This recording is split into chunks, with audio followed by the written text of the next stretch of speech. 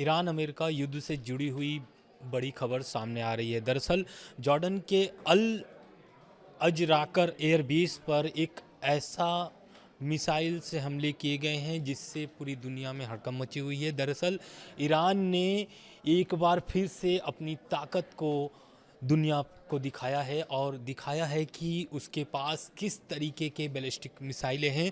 दरअसल ईरान ने खैबर सेकंड नाम की एक बैलिस्टिक मिसाइल है जो इस्तेमाल किया है और इसके बारे में हम डिटेल में बताएंगे आपको कि ये कैसे काम करता है और कितनी दूर की रेंज वाली ये मिसाइलें हैं, क्योंकि जॉर्डन का जो एयरबेस है वहाँ पर इस मिसाइल से हमला किया गया है। आईआरजीसी ने दावा किया है कि जॉर्डन के अल अजराकर एयरबेस पर खैबर सेकंड बैलिस्टिक मिसाइलों से हमला किया गया है। आईआरजीसी का कहना है कि इस हमले में अमेरिकी लड़ाकू विमानों के स्टोरेज एरिया और कमांड एंड कंट्रोल सेंटर को भी निशाना बनाया गया है। इस मिसाइल से संगठन ने दावा भी किया है कि यह कार्रवाई अमेरिका के हालिया हमलों के जवाब में की गई है।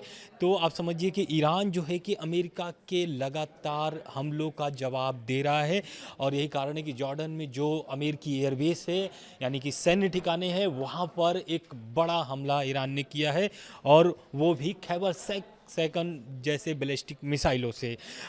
उसके बाद आईआरजीसी ने जॉर्डन की जनता से अपील भी की है, इस हमले के बाद अपील भी की है कि उनकी जो ज़मीन है यानी कि जहां पर अमेरिकी एयरबेस है उसे इस्तेमाल न करने दिया जाए। अमेरिकी जो वहां पर सेना है उसे वहां से जल्द भगाया जाए या फिर हटाया जाए। वहीं बहरीन से भी एक खबर सामने आ रही है, आईआरजीसी ने बहरीन को लेकर भी एक दावा किया है। बहरीन के शेख ईसा एयरबेस पर एक बड़ा हमला किया है और इस हमले की भी जानकारी आईआरजीसी ने दी है। उनका कहना है कि शेख ईसा एयरबेस पर एक बार फिर से बड़ा हमला किया गया है आईआरजीसी के द्वारा और हमले में अमेरिकी सेना के एयर सर्विलांस और कंट्रोल रडार पूरी तरीके से नष्ट कर दिए गए हैं। साथ ही लड़ाकू विमानों के फ्यूलिंग पंपिंग स्टेशन को भी निशाना बनाया गया है। यानी कहीं ना कहीं ईरान जो है अब ऐसे जगहों पर हमला कर रहा है जहां पर एक तरीके से अमेरिका कमज़ोर पड़ जाए। अगर उनके फ्यूलिंग पंपिंग स्टेशन को नष्ट कर दिया जाता है तो लड़ाकू जो विमानें हैं वहाँ पर उसमें फ्यूलिंग भरने में दिक्कतें आएंगी, दिक्कतों का सामना करना पड़ेगा। वहीं अगर एयर सर्विलांस की बात करें या कंट्रोल रडार सेंटर की बात कर लें तो अगर नष्ट हो जाता है तो कहीं ना कहीं अमेरिका को भारी परेशानी सहना पड़ सकता है बहरीन में। ये तो रह गई बहरीन की बात। और इससे पहले ईरानी सेना ने एक और बड़ा दावा किया है। उसने इस एयरबेस पर ड्रोन हमले कर सुपर हॉक एयरलाइंस और पेट्रियट एयर डिफेंस सिस्टम और संचार नेटवर्क को भी निशाना बनाया है। जैसा कि मैंने आपको बताया कि अगर इन जगहों पर लगातार अगर हमला ईरान कर रहा है तो कहीं न कहीं अमेरिका कमज़ोर पड़ सकता है मिडिल ईस्ट में। वहीं ईरान ने एक बार मिडिल ईस्ट के इंफ्रास्ट्रक्चर को तबाह करने को लेकर के एक धमकी दी है। दरअसल इन तनावों के बीच जो है कि लगातार ट्रंप जो है कि ईरान को धमकी दे रहे हैं। इस बीच ईरान के जो खातम अल अबिया सेंटर हेडक्वार्टर के जो प्रवक्ता हैं उन्होंने एक बार अमेरिका को फिर से धमकी दी है और धमकी अमेरिका के साथ साथ पूरे मिडिल ईस्ट को दी है। उन्होंने कहा है कि अमेरिका अगर ईरान के इंफ्रास्ट्रक्चर को नुकसान पहुंचाता है या हमला करता है उस पर तो ईरान पूरे मिडिल ईस्ट के अहम इंफ्रास्ट्रक्चर को निशाना बना सकता है। सरकारी मीडिया में जारी बयान में प्रवक्ता ने कहा कि यदि अमेरिका के जो राष्ट्रपति हैं डोनाल्ड ट्रंप अपनी धमकियों को अमल में लाते हैं तो ईरान के सशस्त्र बल ऐसी जवाबी हमले करने की मिडिल ईस्ट के रणनीतिक ढांचों को कई तरीके से यानी नुकसान पहुंचा सकता है ईरान। अब हम बात करते हैं पिछले 24 घंटों में मिडिल ईस्ट में क्या क्या बदले हैं। जो ईरान अमेरिका के बीच जो तनाव बढ़े हैं इन तनावों के बीच में क्या क्या अपडेट सामने आया है। पहला तो स्ट्रेट ऑफ हॉर्मुज से जुड़ा हुआ है। आपको भी पता है कि स्ट्रेट ऑफ हॉर्मुज में अब जहाज़ों की जो आवाजाही है पूरी तरीके से ठप हो चुकी थी, लेकिन अब धीरे धीरे वहाँ से कुछ जहाज़ें निकल रही हैं, ऐसी खबरें सामने आ रही है। हालांकि जो कंपनियाँ हैं, तेल कंपनियाँ हैं या फिर उनसे जो संबंधित स्ट्रेट ऑफ हॉर्मुज से जुड़े हुए कंपनियां हैं वो अब जहाज़ों को स्ट्रेट ऑफ हॉर्मुज की तरफ नहीं भेजना चाह रहे हैं। ईरानी हमलों के बाद कई शिपिंग कंपनियां स्ट्रेट ऑफ हॉर्मुज से गुजरने के लिए अमेरिका की सुरक्षा लेने से भी बच रही है। वहीं दूसरी अपडेट जो है, अमेरिकी हमलों में 35 ईरानी लोगों की मौत हुई है। ईरान के स्वास्थ्य मंत्रालय ने दावा किया है कि हाल के दिनों में हुए अमेरिकी हवाई हमले में 35 से ज़्यादा लोगों की मौतें हुई हैं। वहीं तीसरी जो अपडेट है, ईरान जंग से के बाद पहली बार अमेरिका जाएंगे नेतन्याहू। बेंजामिन नेतन्याहू जो है कि इस हमले के बाद जो अभी इधर भी जो हमला शुरू हुआ है, आयतुल्लाह अली खामनेई के अंतिम संस्कार के बीच में जो हमले शुरू हुए थे, उस हमले के बाद पहली बार बेंजामिन नेतन्याहू शनिवार को अमेरिका पहुंचेंगे और वहां पर दिव्यांग जो अमेरिकी सीनेट जो हैं लेडेंस गाहम को श्रद्धांजलि देने पहुंचेंगे और हो सकता है कि ट्रंप के साथ उनकी बैठक भी हो। चौथा बड़ा जो अपडेट आ रहा है वो कतर से जुड़ा हुआ है। दरअसल इसके पहले जो सीज़फायर हुआ था तो वो कतर के दोहा में ही बैठ कर के दोनों देशों के बीच बैठक हुई थी और उसमें ही सीज़फायर का फैसला लिया गया था। लेकिन अब सीज़फायर पूरी तरीके से टूट चुकी है और लगातार दोनों देशों से हमले जारी हैं। तो अचानक दरअसल कतर पहुंच रहे हैं ईरान के जो विदेश मंत्री हैं अब्बास अरागची कतर पहुंचकर कतर के जो पूर्व अमीर अहमद बिन खलीफा अल थानी हैं उनसे उनके सम्मान में जो आयोजित एक समारोह है उसमें वो हिस्सा लेंगे।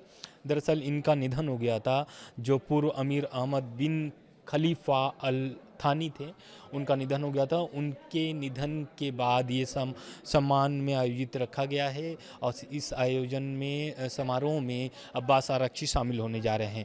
वहीं पांचवा जो बड़ा अपडेट है वो भारत से जुड़ा हुआ है और भारत के लिए काफ़ी अहम हो जाता है।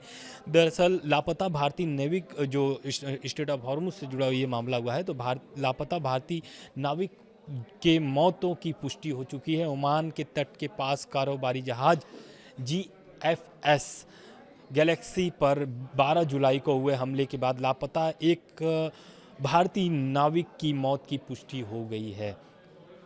तो ये रह गए 5 बड़े अपडेट्स। उसके बाद हम बात कर लेते हैं, दरअसल एक रिपोर्ट सामने आई है अमेरिका से जुड़ा हुआ ये मामला है।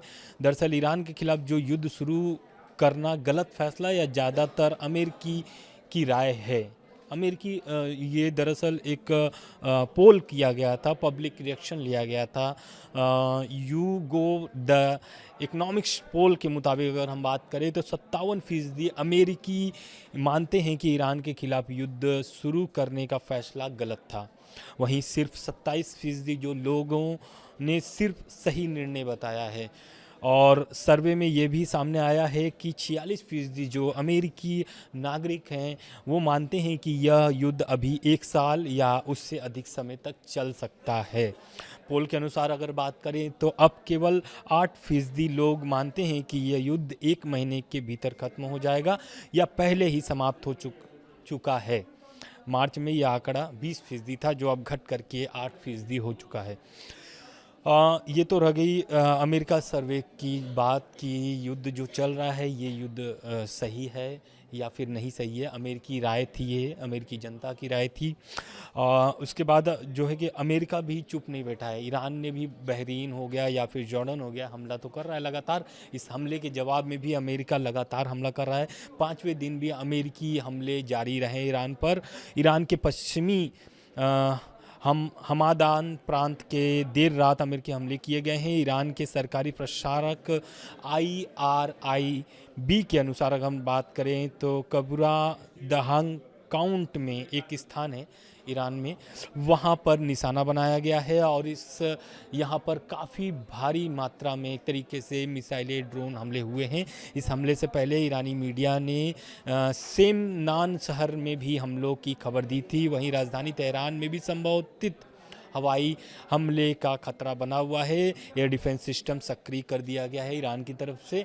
और ये रह गई अब तक की अपडेट। हम थोड़ा जानकारी आपको ये भी दे देते हैं कि जो जॉर्डन पर खैबर सेकंड बैलिस्टिक मिसाइलें दागी गई हैं, उसकी ताकतें क्या हैं, तो उसकी ताकतों के बारे में हम थोड़ा सा जानकारी आपको दे देते हैं कि खैबर सेकंड जो बैलिस्टिक मिसाइल है वो IRGC द्वारा संचालित उन्नत ठोस ईंधन वाली मध्यम दूर की बैलिस्टिक मिसाइलें हैं। फारसी में इसका अर्थ है किला तोड़ने वाला, यानी कि ये सबसे ताकतवर जो है कि मिसाइलों में से एक है ईरान का, और इसे 2022 में पेश किया गया था। इसके बारे में मुख्य विशेषताएं हम बता देते हैं। मारक क्षमता इसकी यानी कि रेंज कितनी है, तो इसकी रेंज जो है कि इस मिसाइल की 1450 किलोमीटर करीब 900 मील तक के लक्ष्यों को सटीक रूप से भेदने की क्षमता है। वहीं अगर हम ठोस ईंधन की बात कर ले तो ठोस ईंधन का उपयोग करने के कारण इसे तरल ईंधन वाली मिसाइलों की तुलना में लॉन्च करने के लिए तैयार करने में बहुत कम समय लगता है। मतलब बाकी जो मिसाइलें हैं उनके मुताबिक अगर बात करें तो इसको लॉन्च करने में काफ़ी कम समय लगता है, इसे मिनटों में लॉन्च किया जा सकता है। वहीं अगर हम आकार और गतिशीलता की बात कर लें तो ये अपने पिछले मॉडलों की तुलना में काफ़ी छोटी और हल्की मिसाइल है, जिसे आसानी से भूमिगत ठिकानों में छिपाया जा सकता है, और यह व्यावसायिक ट्रकों जैसे सामान्य दिखने वाली वाहनों से भी लॉन्च किया जा सकता है। एयर डिफेंस सिस्टम को भी चकमा दे देता है ये जो खैबर सेकंड बैलिस्टिक मिसाइल है। इस मिसाइल का वॉर हेड जो है अंतिम चरण में दिशा बदलने में इसकी सक्षम है, और इस खूबी के कारण ये पैट्रियट और डेविड सिग्नल जैसी उन्नत अमेरिकी और इजरायली मिसाइल रक्षा प्रणालियों को भी चकमा देने के लिए जानी जाती है। तो ये मिसाइलों का जो है कि अब इस्तेमाल कहाँ पे हो रहा है, जॉर्डन में हो रहा है। जॉर्डन के अमेरिकी एयरबेस पर हो रहा है, और इसका दावा IRGC ने किया है। ये रह गई अब तक की अपडेट ईरान अमेरिका से जुड़ा हुआ। बाकी जो भी अपडेट्स आते रहेंगे हम आपको लगातार पहुँचाते रहेंगे। धन्यवाद।